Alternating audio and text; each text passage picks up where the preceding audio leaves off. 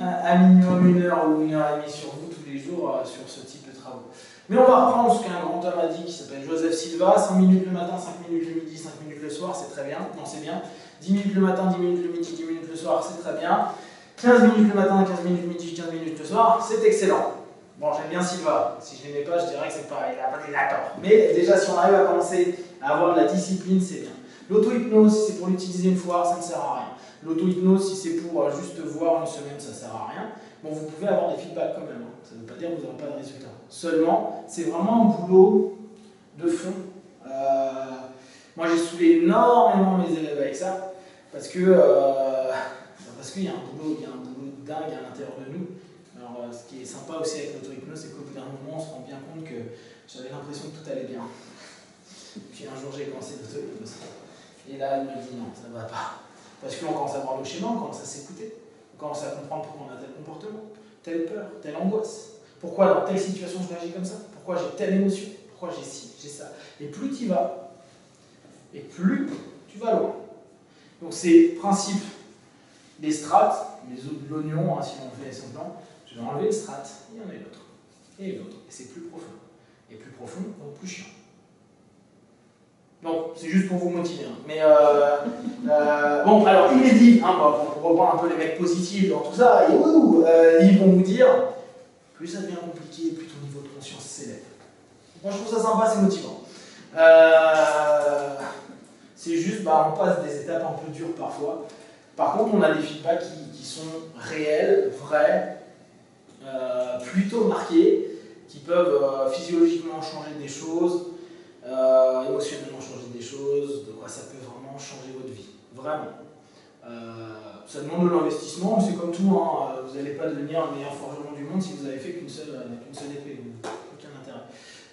Par contre, si vous en avez fait 10 000, c'est sûr que la 10 000e, vous êtes plutôt pas mal.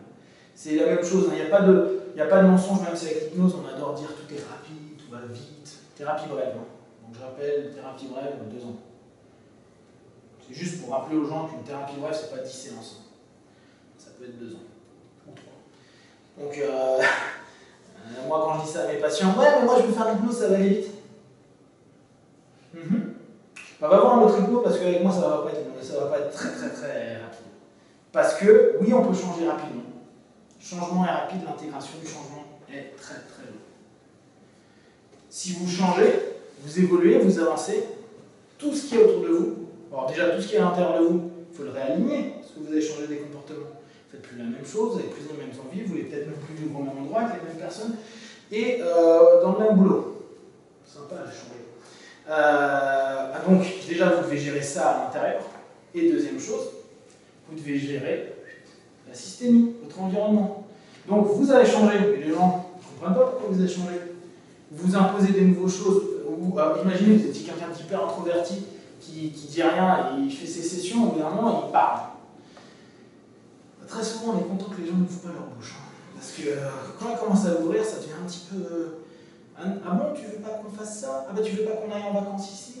Ah, tu t'en as marre de ton boulot? Ah, d'accord. Et il faut voir comment les gens vont réagir. Quand vous voulez changer, vous, ça vous concerne vous. Pas de problème. Sauf que, dans ce monde, vous êtes en interaction. Et donc, vos changements, vous l'avez demandé, vous le faites pour vous.